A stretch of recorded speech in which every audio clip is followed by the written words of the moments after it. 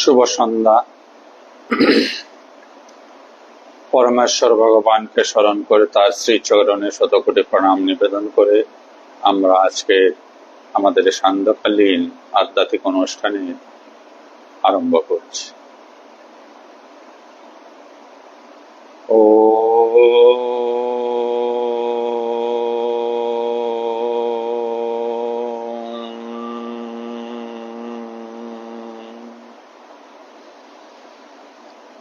শ্রী পরমাত্মনে নমঃ। আমরা স্বরূপ চিন্তন করব। আমি শক্তিশালী আত্মা, আমি শক্তিশালী আত্মা, আমি দেহ নই, মন নই, বুদ্ধি নই, আমি নিত্য শুদ্ধ বুদ্ধ মুক্ত আত্মা, আমি সচিৎ আনন্দময়। গত দিনের ফেসবুক লাইভ অনুষ্ঠানে আমরা শ্রীমদ্ ভগবদ গীতার 13 অধ্যায়ের 29 নম্বর শ্লোকটি পর্যন্ত আলোচনা করেছিলাম। আজ আমরা উক্ত অধ্যায়ের শ্লোক ক্রম সংখ্যা 30 থেকে আলোচনা আরম্ভ করছি। শ্রী ভগবান উবাচ, শ্লোক ক্রম সংখ্যা 30। যদা ভূত প্রীতক ভাবে একস্তম অনুপশ্যতি ততো এব চ বিস্তরম ব্রহ্ম সম্পদ্যতে তদা।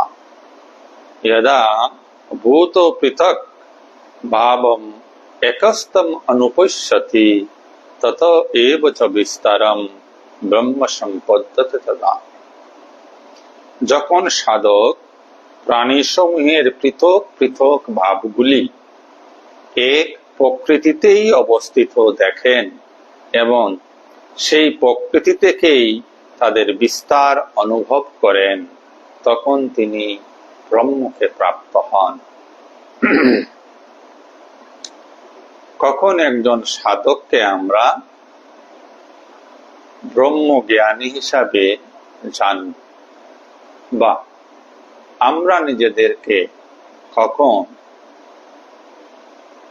ব্রহ্মজ্ঞানী রূপে বুঝতে পারব? ভগবান বললেন, যখন সাধনা করতে করতে সাধকের এই অনুভব হবে, এই জগৎ সংসারে বিদ্যমান প্রতিটি প্রাণী নিজ নিজ প্রকৃতির গুণ অনুসারে কর্ম করছে, কাজ করছে, ব্যবহার করছে, আচরণ করছে, এবং প্রত্যেকটি মানুষের দ্বারা, প্রত্যেকটি প্রাণীর দ্বারা কৃত কর্মগুলি, কৃত কর্মের ভাবগুলি প্রকৃতিতেই অবস্থিত, এবং এর দ্বারাই এই প্রকৃতির বিস্তার সম্ভব হয়েছে। অর্থাৎ সহজভাবে সাধক যখন দেখেন যে প্রত্যেক প্রাণী নিজ নিজ স্বভাব অনুসারে, নিজ নিজ প্রকৃতি অনুসারে এই জগৎ সংসারে বিচরণ করছে, আচরণ করছে, এই জগৎকে ব্যবহার করছে, অথচ প্রত্যেক প্রাণীর মধ্যেই পরমাত্মা বিদ্যমান রয়েছে। জ্ঞানী সাধক প্রাণীকুলের ব্যবহারের দ্বারা বিচলিত হন না, কর্মের দ্বারা বিচলিত হন না। তিনি জানেন, তিনি অনুভব করতে পেরেছেন, প্রত্যেকটি প্রাণী নিজ নিজ গুণ অনুসারে, প্রাকৃতিক গুণ অনুসারে কর্ম করছে। তাকে সেই কর্মই করতে হবে, আটকানো যাবে না। যতই আমরা চেষ্টা করি না কেন, আটকানো যাবে না। যেমন গরুকে ঘাস খাওয়া থেকে বারণ করা যাবে না, গরু ঘাস খাবে। কুকুর মাংসের হাড় পেলে সেই হার নিয়ে সে দৌড়াদৌড়ি করবে, এটা তার প্রকৃতি। ঠিক সেইভাবে তমরজগুণ সম্পন্ন মানুষেরা এই জগতের অমঙ্গল সাধন করে থাকে, সমাজের অমঙ্গল সাধন করে থাকে, তাদেরকেও আটকানো যাবে না। যেমন আমরা মৃত্যুকে আটকাতে পারি না, জন্মকে আটকাতে পারি না, ঠিক তদ্রূপ ভাবে এই জগতে প্রকৃতির বশবর্তী হয়ে প্রত্যেকটি প্রাণী কর্ম করে যাচ্ছে। তাই প্রাণীকুলের কর্মের দ্বারা, ব্যবহারের দ্বারা জ্ঞানী ব্যক্তি কখনো বিচলিত হন না। আমরা যারা একটু বয়স্ক হয়েছি, বয়স হয়েছে, যারা শৈশব কৈশোর অবস্থা পার করে এসেছি, আমরা যেমন এখন ছোট বাচ্চাটিকে দেখলে বাচ্চাটির দুষ্টুমিকে অনেকটা সহ্য করে নেই। এই জন্য সহ্য করে নেই, জানি যে বাচ্চা দুষ্টুমি করে, তাকে আটকানো যাবে না। এই হচ্ছে জ্ঞানের কথা। ঠিক তদ্রূপ ভাবে জগৎ সংসার যখন ব্যবহার করবেন, জগতের বিভিন্ন ধরনের মানুষ, পশুকুলের কথা বাদ দিয়ে দিলাম, কারণ পশুকুল সম্পর্কে আমাদের মোটামুটি একটা ধারণা হয়ে আছে যে প্রত্যেক পশু তার শারীরিক গঠন অনুসারে, তার শারীরিক অঙ্গ প্রত্যঙ্গের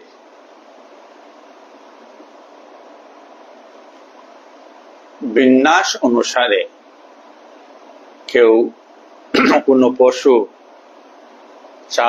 চার পাই হয়ে আছে, কোনো পশু দুপাই হয়ে আছে, কোনো পাখি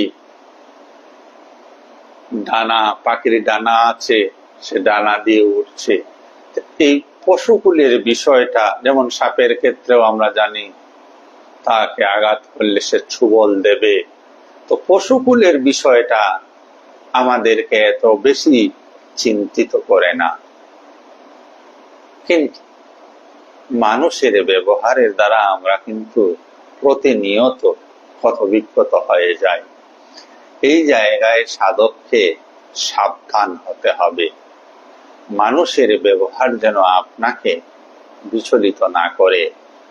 একটি পশু যেভাবে তার প্রাকৃতিক গুণ অনুসারে সে কর্ম করছে, এই জগৎকে ব্যবহার করছে, ঠিক তদ্রূপ ভাবে পশুতুল্য অজ্ঞানী মানুষটিও জগৎকে ভোগ করার জন্য, নিজ নিজ স্বার্থ সিদ্ধি করার জন্য এই জগতে আচরণ করছে, ব্যবহার করছে। তাই তাদের আচরণে, তাদের ব্যবহারে আমরা যেন উত্তিষ্ট হয়ে না উঠি, আমরা যেন আধ্যাত্মিক জ্ঞানের ধারা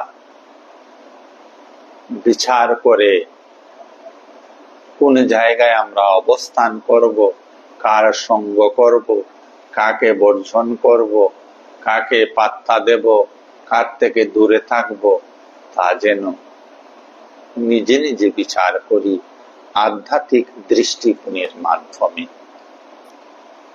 তাই জ্ঞানী পুরুষ এই জগতে ব্যবহার করেও তার কোনো অসুবিধা হয় না, কেননা তিনি জানেন মানুষ তার প্রকৃতি অনুসারে কর্ম করছে, কাজ করছে, এবং প্রতিটি প্রাণীর মধ্যে তিনি সেই একই পরমাত্মাকে দেখতে পাচ্ছেন।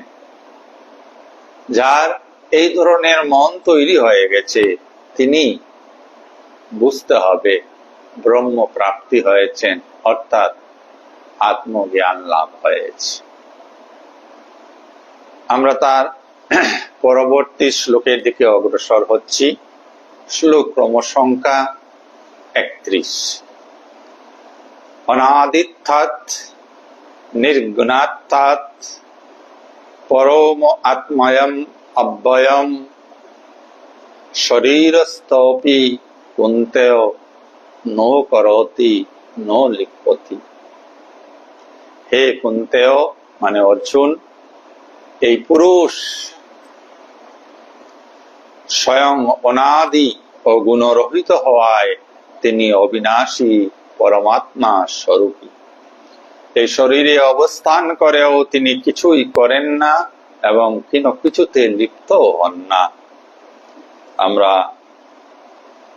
যে অধ্যায়টি নিয়ে আলোচনা করছি সেই অধ্যায়ের শুরুতেই অর্জুন ভগবানকে কিছু প্রশ্ন করেছিলেন। জ্ঞান কি, জ্ঞেয় কি, ক্ষেত্র কি, ক্ষেত্রজ্ঞ কি, প্রকৃতি কি, পুরুষ কি, এইসব বিষয়ে প্রশ্ন রেখেছিলেন।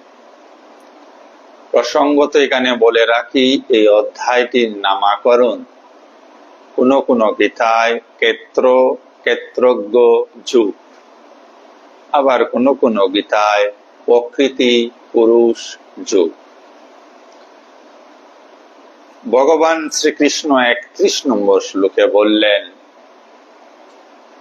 যে এই দেহ অভ্যন্তরে পুরুষ রয়েছেন। আমরা প্রকৃতি এবং পুরুষের সমন্বয়ে গঠিত। প্রকৃতির কোনো অস্তিত্ব নেই যদি পুরুষ না থাকে। পুরুষ মানে আত্মা। আত্মার অস্তিত্বে আমার এই দেহ যা প্রকৃতির অন্তর্গত তা কিন্তু অস্তিত্ববান হয়ে আছে। আমরা প্রত্যেকেই অস্তিত্ববান হয়ে আছি পরমাত্মার জন্য। তাই ভগবান শ্রীকৃষ্ণ বললেন, সেই অনাদি নির্গুণ পরমাত্মা, যিনি ক্ষয় রহিত, অব্যয়, যার ব্যয় হয় না,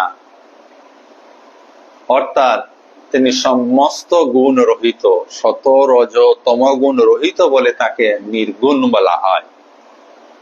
অনাদি অর্থাৎ কবে তার সৃষ্টি হয়েছে তা জানা যায় না, তা নির্বাচন করা যায় না, তাই তিনি অনাদি। যার আদি নেই তিনি অনাদি।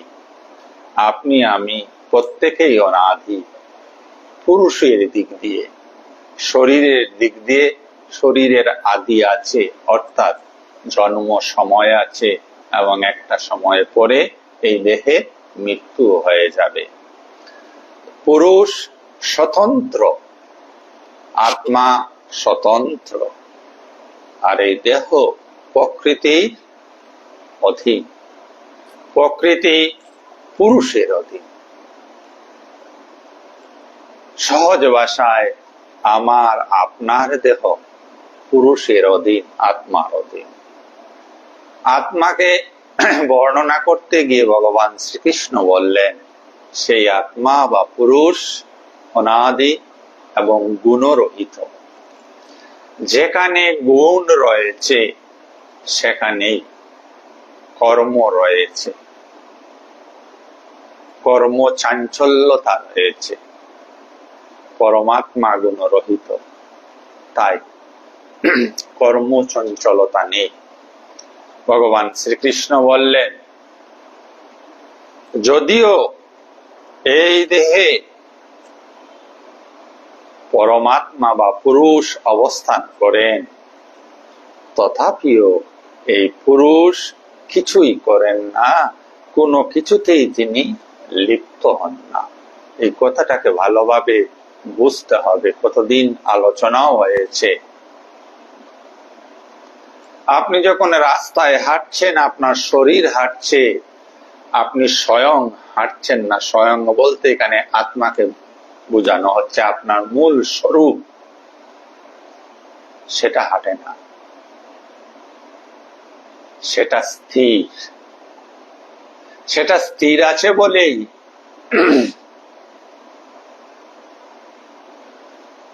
এই অস্থির জগৎ সংসার, আপনারা সবাই জানেন যে এই পৃথিবী ঘুরছে, সর্বত্র ঘুরছে।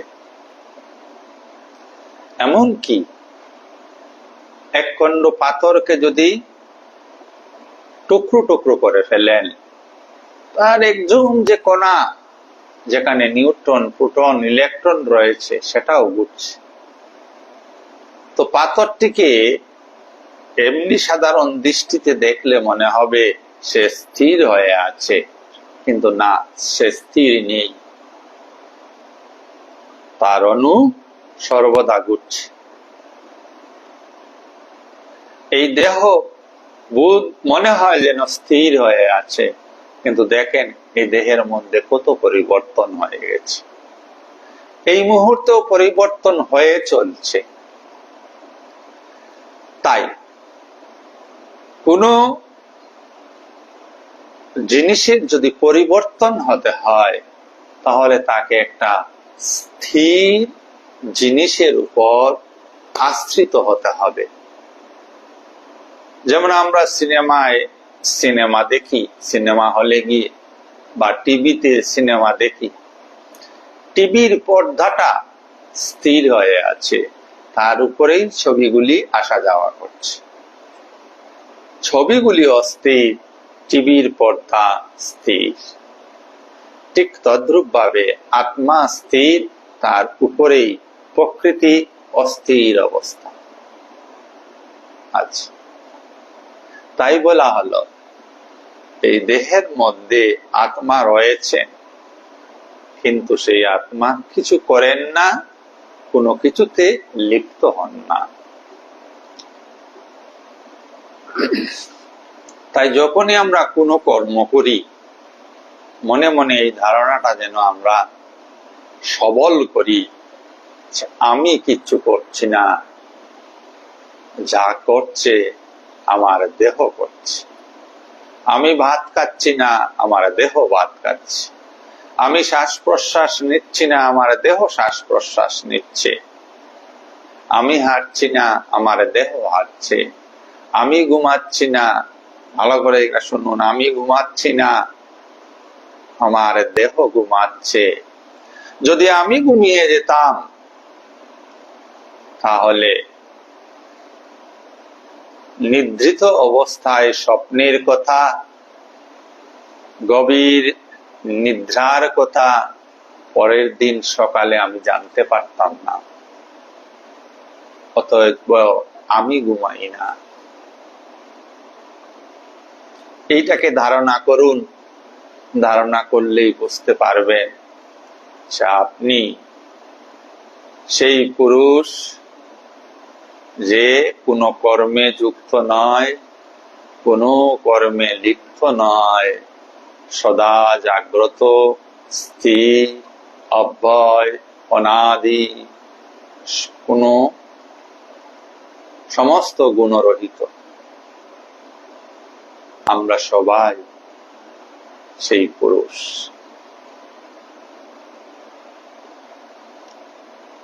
আপনারা যারা এই মুহূর্তে গড়ে রয়েছেন, আপনার মনে হচ্ছে, এটা স্পষ্ট ধারণা সবার হচ্ছে যে গৃহ আলাদা, আমি আলাদা। অথচ গৃহের ভিতরে আছেন, ঘরের ভিতরে আছেন। রুমের ভিতরে থাকার পরও আপনার এই জ্ঞান স্পষ্ট যে রুমটা আলাদা, আমি আলাদা। ঠিক সেইভাবে এই দেহ নামক ঘরের ভিতরে পরমাত্মা রয়েছেন, থেকেও তিনি এই দেহ থেকে আলাদা। এই ধারণাটাকে আমরা যত বেশি বুদ্ধির দ্বারা বুঝতে সক্ষম হব, ততই আমাদের জ্ঞান চক্ষু উন্মিলিত হবে।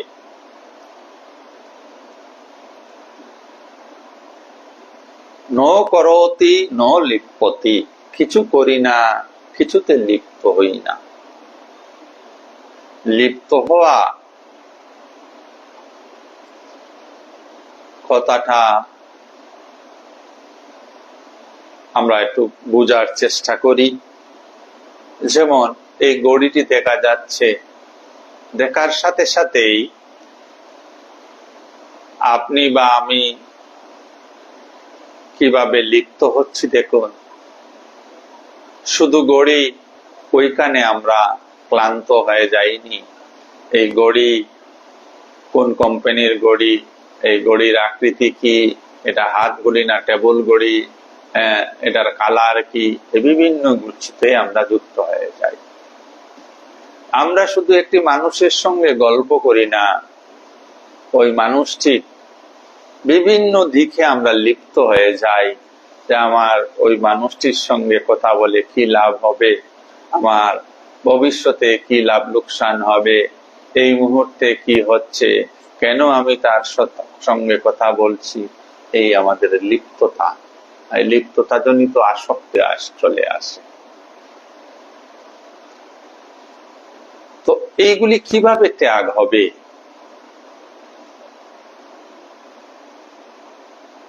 এই লিপ্ততা বা কোনো কিছুতে যুক্ত না হওয়া, তা সম্ভব হবে স্বাভাবিকভাবে। তার জন্য বিশেষভাবে কোনো সাধনা করতে হবে না। যেমন আমরা অনেকে যোগের কথা শুনেছি, বিভিন্ন অসুখের জন্য বিভিন্ন ধরনের প্রাণায়াম করতে হয়, বা বিভিন্ন রোগ অসুখের জন্য বিভিন্ন ধরনের ঔষধ খেতে হয় বা সেবন করতে হয়। জ্বর হলে যে ঔষধ খাবো, পেট খারাপ হলে সেই ঔষধ খাবো না। একটা বিধিগত নিয়ম রয়েছে ঔষধ গ্রহণের, কিন্তু সাধন জগতে এই ধরনের বিধিগত কোনো নিয়ম নেই যে এই সাধনটি করলে আমার এই বিকারটা নষ্ট হয়ে যাবে। এইভাবে কিছু হয় না। একমাত্র বিচার, সব মুহূর্তে বিচার করে অগ্রসর হতে হবে। আমি আত্মস্বরূপ, আমি দেহ নই, আমি কিছু করি না। এই বিচারকে যেভাবে আমরা মজবুত করতে পারবো, ধীরে ধীরে পুরুষ এবং প্রকৃতি অর্থাৎ আত্মা আর এই দেহের মধ্যে এক বিভেদ তৈরি হয়ে যাবে, পার্থক্য, ব্যবধান তৈরি হয়ে যাবে। ওই ব্যবধান যখন তৈরি হবে, তখন নিজেই অনুভব করতে পারবো আমরা যে আমি কিছু করছি না। আমার দেহের প্রকৃতি গুণ অনুসারে, মনোপ্রকৃতির গুণ অনুসারে দেহ এবং মন সম্মিলিতভাবে কিছু করে যাচ্ছে। যদি ওই জায়গায় আমরা বিচারকে নিয়ে আসতে পারি, আধ্যাত্মিক বিচার, বিচার এমনিতেই বিচার করলে হবে না, বিচারের ভিত্তি হবে শাস্ত্র, বিচারের ভিত্তি হবে সদ্গুরুর উপদেশ, বিচারের ভিত্তি হবে শ্রীমদ্ ভগবত গীতা। ওই গীতার আলোকে বিচার করতে হবে। এইভাবে বিচার করতে করতে আমরা পুরুষ এবং প্রকৃতির মধ্যে, আত্মা এবং দেহের মধ্যে ব্যবধানকে অনুভব করতে সক্ষম হব। তার জন্য নিরন্তর চেষ্টা করতে হবে। সাধারণত অজ্ঞানী মানুষরা নিজেকে কর্তা বা নিজেকে ভোক্তা রূপে দেখে। দেখুন, এই শ্লোকে ভগবান স্পষ্ট করে দিলেন, আপনি কিছু করছেন না, অতএব আপনি কর্তা নন। আপনি কিছু ভোগ করেন না, অতএব আপনি ভোক্তাও নন। তাহলে কর্তা ভোক্তা কে? কর্তা ভোক্তা হচ্ছে অহংকারী অজ্ঞানী মানুষের অহংকার। অজ্ঞানী মানুষের অহংকারী কর্তা এবং ভোক্তা সেজে এই জগতে বিচরণ করছে এবং তদ অনুসারে কর্ম করে চলছে, আর ফলস্বরূপ জগৎ থেকে সুখ দুঃখ ভোগ করছে। আর যেদিন এই অনুভূতি হয়ে যাবে, অনুভব হয়ে যাবে যে আমি কিছু করছি না, আমি আলাদা, আমার দেহ মন আলাদা, এই জগতে প্রত্যেকেই নিজ নিজ গুণ অনুসারে কাজ করে চলছে, যার এই অনুভব প্রতি মুহূর্তের হবে, সেই ব্যক্তি জ্ঞানী পুরুষ, তিনি জীবন মুক্ত পুরুষ। আমরা আসি পরবর্তী শ্লোকের দিকে। শ্লোক ক্রম সংখ্যা 32। यथा सर्वगतं सूक्ष्मं तत् आकाशं नोपलिप्यते सर्वत्र अवस्थित देहे तथा आत्मा नोपलिप्यते। যেমন সর্বত্র পরিব্যাপ্ত আকাশ অতি সূক্ষ্মতা হেতু কোনো কিছুতে লিপ্ত হয় না, তেমনি সর্বত্র পরিপূর্ণ আত্মা কোন দেহে লিপ্ত হন না। আকাশ আমরা সবাই জানি, চিনি, যেখানে যা খালি তাহাই আকাশ, খালি জায়গায় আকাশ। এই আকাশের সামনে আকাশে এই ঘড়িটা রাখছি, আবার সরিয়ে নিচ্ছি, আকাশের কিছু যায় আসে না। কেন এই ঘড়িটা এখানে রাখলাম, কেন সরিয়ে নিলাম, আকাশ ওই ঘড়ির প্রতি কোনোভাবেই লিপ্ত হয় না। আকাশ কখনো আপনাকে বাধা দেবে না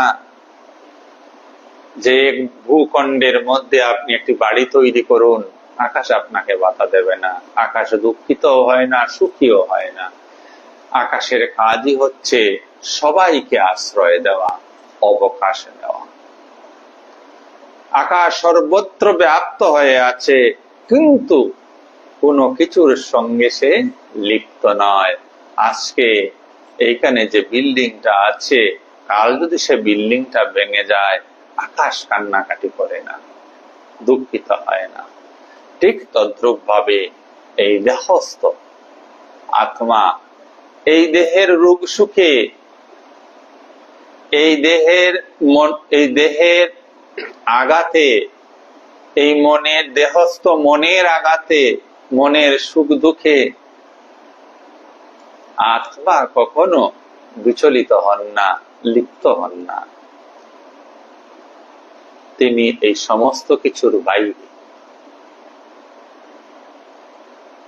তো আমরা কি একটা পরম সুখকর অবস্থার মধ্যে থাকতে পারি যদি আমরা আমাদেরকে জানতে পারি।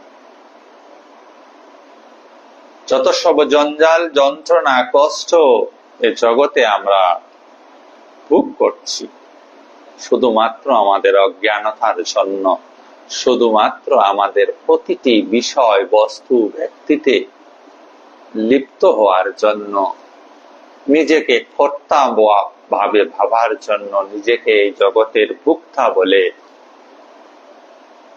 ভাবার জন্যই আমাদেরকে এই বেদনাদায়ক পৃথিবীতে দুঃখ পেতে হচ্ছে। যদি আমরা আমাদের নিজের পরিচয়, নিজের জ্ঞান নিজে লাভ করতে পারি, সেই ক্ষেত্রে আমরা আর কখনো জগতের দ্বারা প্রভাবিত হব না, বিচলিত হব না। জগৎ আর কখনো আমাকে সুখে সুখী করতে পারবে না, দুঃখে দুঃখী করতে পারবে না। আমি সুখ দুঃখের ঊর্ধ্বে উদাসীন অবস্থায় সর্বদা শান্ত এবং আনন্দে জীবন যাপন করতে পারি।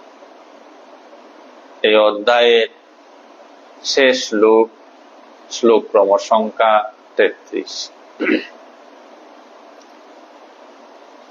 यथा प्रकाशयत् कृष्णं लोकमिमं रवि क्षेत्री तथा कृष्णं प्रकाशयति भारत।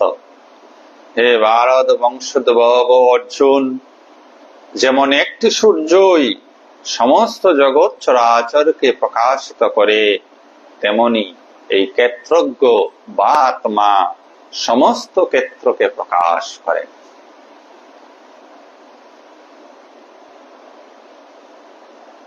আমরা সবাই জানি এখন অন্ধকার, কাল সকালে সূর্য উঠবে। এখন যেসব জায়গায় অন্ধকার, কালকে প্রাতে যখন সূর্য উদয় হবে সব আলোকিত হয়ে যাবে।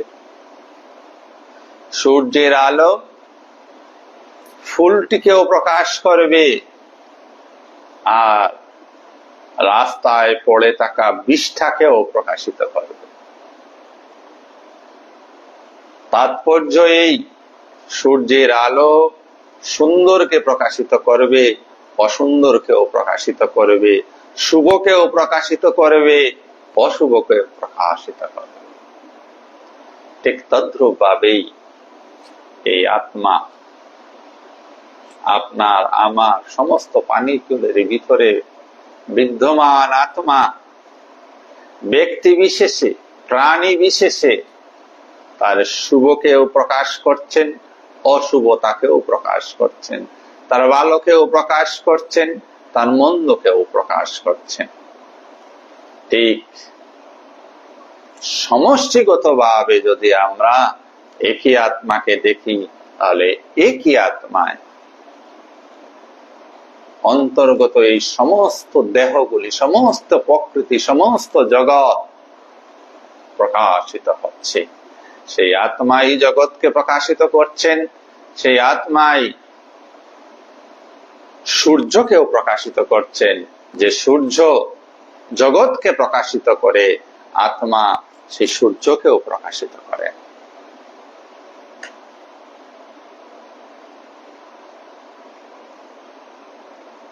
কিন্তু মনে রাখতে হবে, সূর্য বিষটাকে প্রকাশিত করে দুঃখিত হন না, আবার সুন্দর ফুলকে প্রকাশিত করে আনন্দিত হন না। তিনি প্রকাশক, তার কাজ প্রকাশ করা। আত্মাও তদ্রূপ, মানুষের ভালো মন্দ তিনি প্রকাশ করেন, কেননা তিনি স্বপ্রকাশক। তাতে আত্মার গ্লানি বা হানি, সুখ বা দুঃখ কিছুই হয় না। আরো সহজভাবে এবং গম্ভীরভাবে বোঝার চেষ্টা করি যেন আমরা, আমি আমার প্রকাশক। আমরা প্রত্যেকেই এই সমাজে, প্রত্যেকে এই সমাজের বুকে নিজের একটি ছবি ধরে রেখেছি। আপনাকে সমাজ জানে আপনি ভালো মানুষ না মন্দ মানুষ, আপনি ঠগবাজ না ফাঁকিবাজ, আপনি সদাচারী না ব্যভিচারী। এই সমাজ আপনার এক প্রতিচ্ছবি তৈরি করে রেখেছে। তাই তো সমাজের বুকে যে চোর, যে মন্দ মানুষ, যে ডাকাত মানুষ, যে নেশাগ্রস্ত মানুষ, সমাজে তাদেরকে চিহ্নিত করে রেখেছে। সমাজ যেভাবেই চিহ্নিত করুক, প্রতিটি মানুষ কিন্তু জানে সে কি চরিত্রের, তার মধ্যে সাধুতা কতটুকু, অসাধুতা কতটুকু, সে কতটুকু ভোগী, কতটুকু যোগী। অনেকে অভিনয় করেন লোক সমক্ষে, সমাজের কাছে নিজেকে ভালো রূপে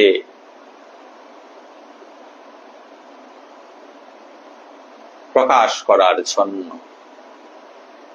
ভালো সাজার জন্য। তারা কিন্তু বড্ড ভয়ঙ্কর মানুষ। অভিনেতা সর্বদাই জানে যে সে অভিনয় করছে, এটা তার আসল রূপ নয়, এটা তার আসল চরিত্র নয়। যারা নাটক থিয়েটার করেছেন তারা অবশ্যই জানেন, যদি আপনি কোন রোল নাটকে প্লে করেছেন, তাহলে সেই রোলের চাহিদা অনুসারে আপনাকে স্টেজে পারফর্ম করতে হয়েছে। কিন্তু গ্রিন রুমে বসে আপনি খুব বেশি জানেন যে এই যে গিয়ে স্টেজের মধ্যে পারফরমেন্স দিয়ে আসলেন, যে ব্যবহারগুলি করে আসলেন, যে আচরণগুলি করে আসলেন, সেটা আপনার মূল আচরণ নয়। নাটকের রোলের চাহিদা অনুসারে আপনি আচরণ করেছেন। ঠিক তদ্রূপ ভাবে একাংশ মানুষ এই জগতে রয়েছে, যারা মুখোশ পরে অভিনয় করছে। বুঝে ওঠা টান হয়ে যায় সেই অভিনয়ের মানুষগুলির অভিনয় এতটাই নিখুঁত থাকে যে সহজ সরল মানুষগুলো তাদের দ্বারা প্রতারিত হয়ে যায়। তো যারা ঠগবাজ বা প্রতারক রয়েছে তাদের বিষয়ে আমরা এখানে আলোচনা করছি না। আমরা আলোচনা করছি আমাদের জন্য, আমাদের নিজেকে পরিবর্তন করার জন্য, নিজেকে শুধরানোর জন্য। তাই এই প্রতারণামূলক আচরণগুলি আমাদের মধ্যে আছে কি, তা আমাদেরকে ভালোভাবে তন্ন তন্ন করে বিচার করে দেখতে হবে। নিজেকে প্রতারণা করলে কখনোই অধ্যাত্ম পথে অগ্রসর হওয়া যাবে না। প্রতারকের জীবন কিন্তু শান্তিময় হয় না। যারা জগতে প্রতারকের কথা বলছে, সে কিন্তু যতই মানুষকে সে ঠকাক, প্রতারণা করুক, সে কিন্তু সুখে শান্তিতে থাকতে পারে না।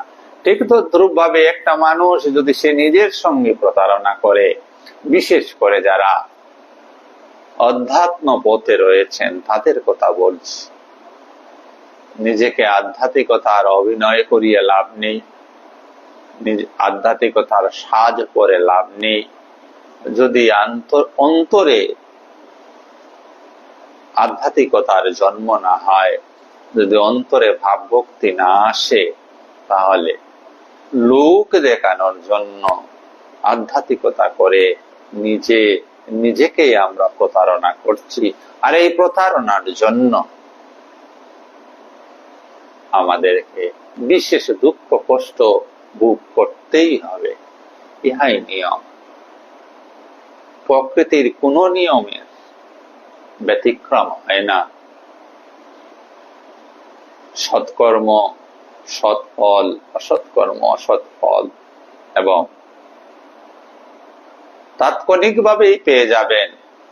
কিছু ভ্রান্ত ধারণা আমাদের রয়েছে যে এই জীবনে মন্দ কর্ম করব, পরজীবনে সেগুলি ভোগ করব।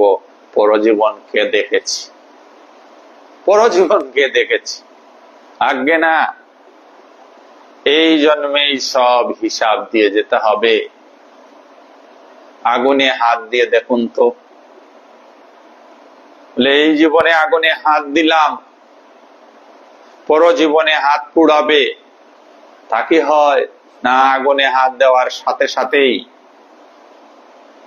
হাত জ্বলে যায়, পুড়ে যায়। যতই আমরা চালাকি করি না কেন, যে মন্দ কর্ম করে আমরা বাহবা নেওয়ার চেষ্টা করি না কেন, তার ফল কিন্তু ইমিডিয়েটই পাচ্ছেন। খুব গভীর ভাবে নিজের মনকে মন্থন করলেও আমরা তার ধারণা করতে পারব।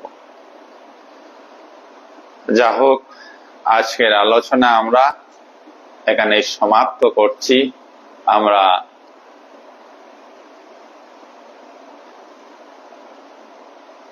সমাপ্ত করছি না, আরেকটা শ্লোক রয়ে গেছে।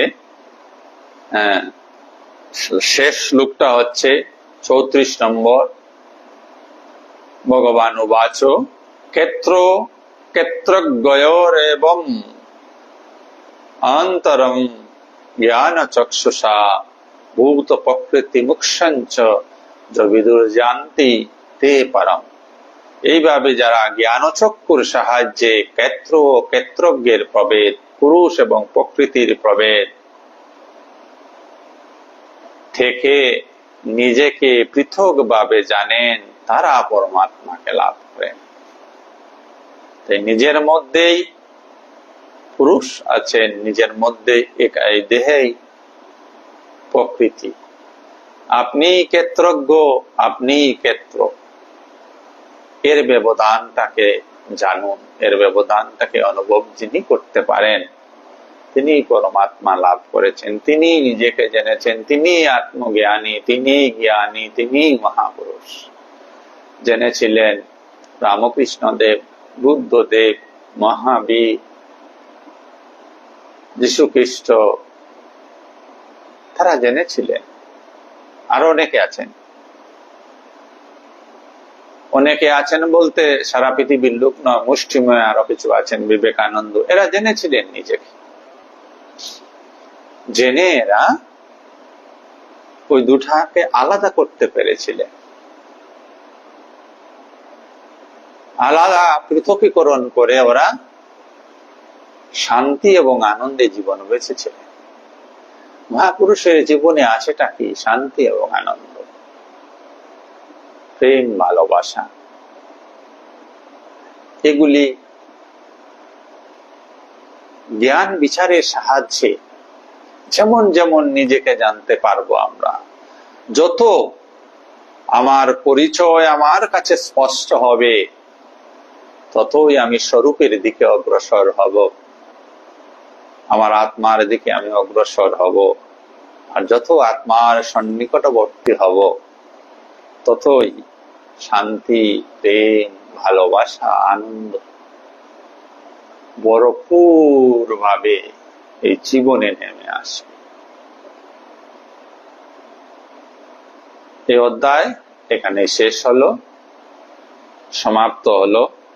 ওম তৎসৎ ইতি শ্রীমদ্ ভগবত গীতাসু উপনিষৎসু ব্রহ্ম বিদ্যায়াম যোগো শাস্ত্রে শ্রীকৃষ্ণার্জুন সংবাদে ক্ষেত্র ক্ষেত্রজ্ঞ বিভাগ যোগ নাম ত্রয়োদশ অধ্যায়। ওম তৎসৎ। যারা যারা আজকের অনুষ্ঠানে উপস্থিত, তাদের সবাইকে আমার অনেক অনেক ধন্যবাদ এবং সকলের হৃদয়স্থ আত্মাকে আমার শতকোটি প্রণাম। শুভরাত্রি।